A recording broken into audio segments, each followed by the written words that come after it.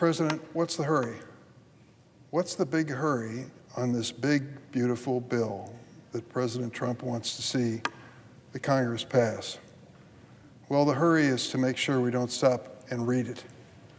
It's 1,000 pages. And as we read it, we discover things included in that bill that passed the House of Representatives, which may not be appealing to the people across America. The House of Representatives passed this bill by one vote.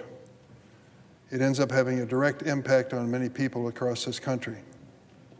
Just imagine this, if you will. They're considering a bill, a tax bill, that will eliminate health insurance coverage for 16 million Americans. More people and families will lose health insurance coverage by virtue of this big, beautiful bill than any legislation we've passed in modern memory. In fact, just the opposite's been true. I've been here under the Affordable Care Act with President Obama when we expanded the reach of health insurance. Now, President Trump has us going in the opposite direction. Some Republican senators, like Josh Hawley in my neighboring state of Missouri, have criticized this because he realizes how many people he represents count on Medicaid, the basic government program for health insurance. Senator Hawley says, even as a Republican, he can't support that provision. No one should support that provision.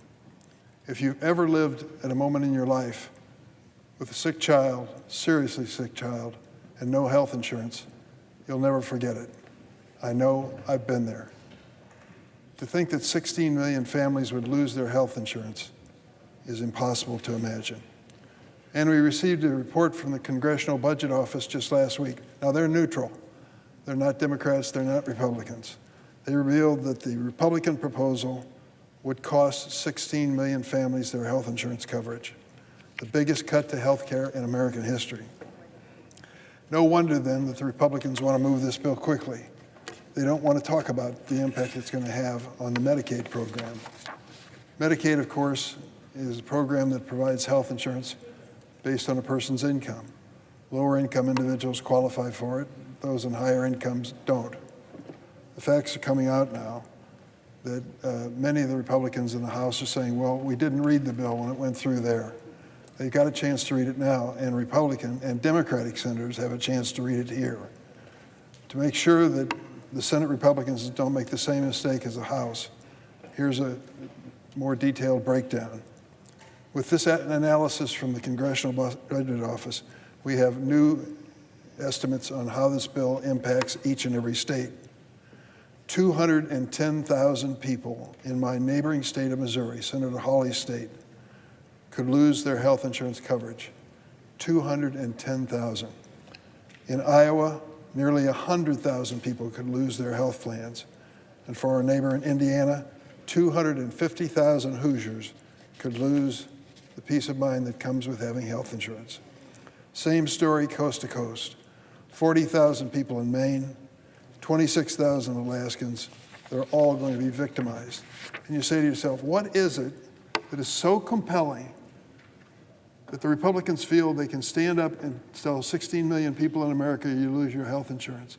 What will they use that money for? What will they take it to the bank for? For something very basic. Tax cuts for the wealthiest people in America. Oh, there they go again, Democrats talking about tax cuts. Many of the Republicans deny that this is going to happen, but the facts are there. They estimate that the top 0.1% of wage earners in America, under the Republican plan that passed the House, will get an annual tax break of $400,000. Now, the Republicans quickly add, well, go ahead and tell the rest of the story. Everybody gets a tax break, okay? Let's go down to the other end of the spectrum. $400,000 for 0.1% of wage earners. What about those who are making minimum wage? What will they get as a tax break? $20 a month. 20 bucks a month. While the cost of health care goes up and the cost of their mortgage goes up, 20 bucks a month. This to me is absolutely indefensible. Friday I visited a hospital in Chicago. It's a special hospital. It's La Rabida, a children's hospital. It's on the south side of the town. It's right on Lake Michigan. It's a wonderful hospital. 90% of the families who bring their children to La Rabida Hospital qualify for Medicaid.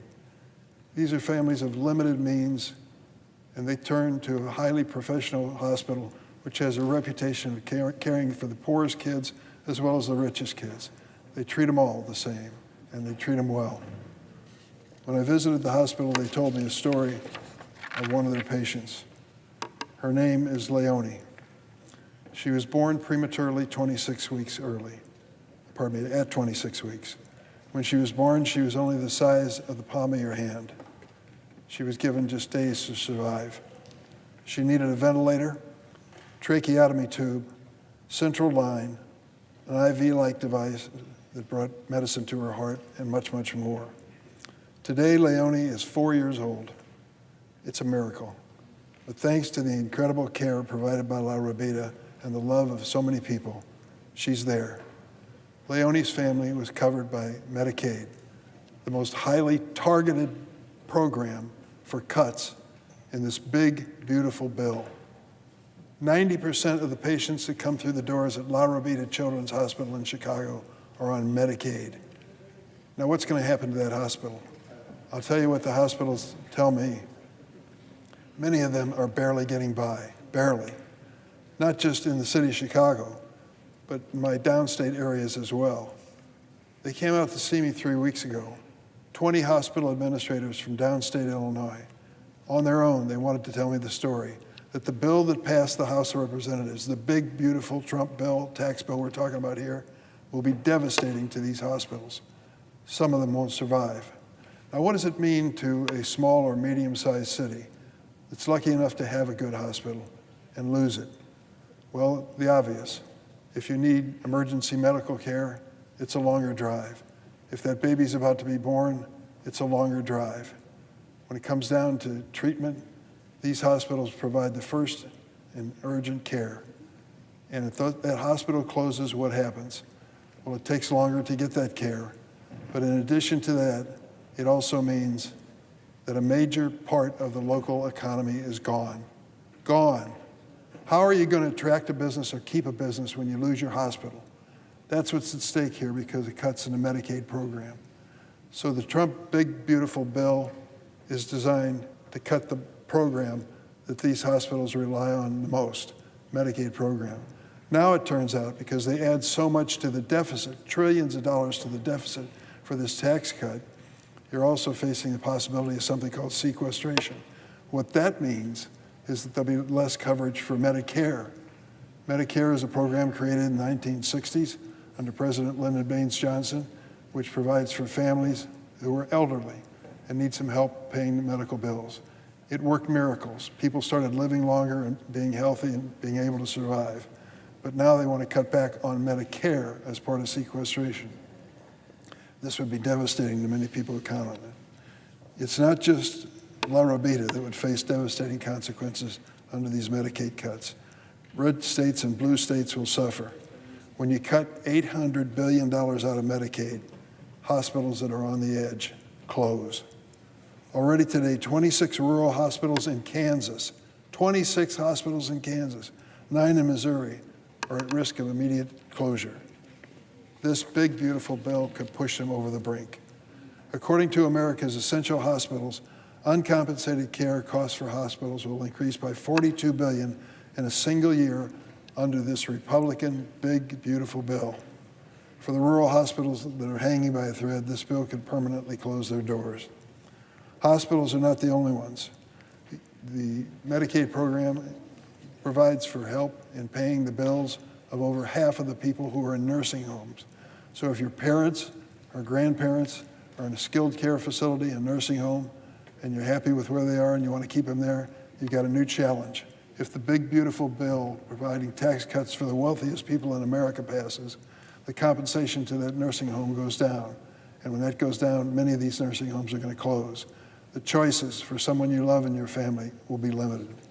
As if an increase in the health care premiums isn't enough, the cost of basic goods will skyrocket under this Republican plan. The big, beautiful betrayal will raise energy bills up to $400 a year for families and 10% for businesses. Remember I told you what the tax break was for people who are on basic income in this country, 20 bucks a month. Well, it turns out $400 a year, which is dramatically more than 20 bucks a month, is going to make it even harder. Increased costs by $100 a year for 80 million households, all while giving $400,000 to that Elon Musk and the wealthiest Americans. And if housing weren't already too expensive, many Americans will see their mortgage increase by $600 a year. Want to follow your passion and start a business? Small business loans are estimated to increase under the big, beautiful bill by $1,000 a year. Tariffs are estimated to raise costs for American households by around $2,500. If this last election were about the cost of living and giving families a fighting chance to survive paycheck to paycheck, this bill is devastating for those who aren't the wealthiest in America. I urge everyone to learn the facts that this Republican tax bill will have on families across my state and others. This year, for the 4th of July, the most American thing we can do is, on a bipartisan basis, to stop this disaster. What does it take to say pause, stop? We don't want to cut Medicaid. We don't want to take health insurance away from 16 million people.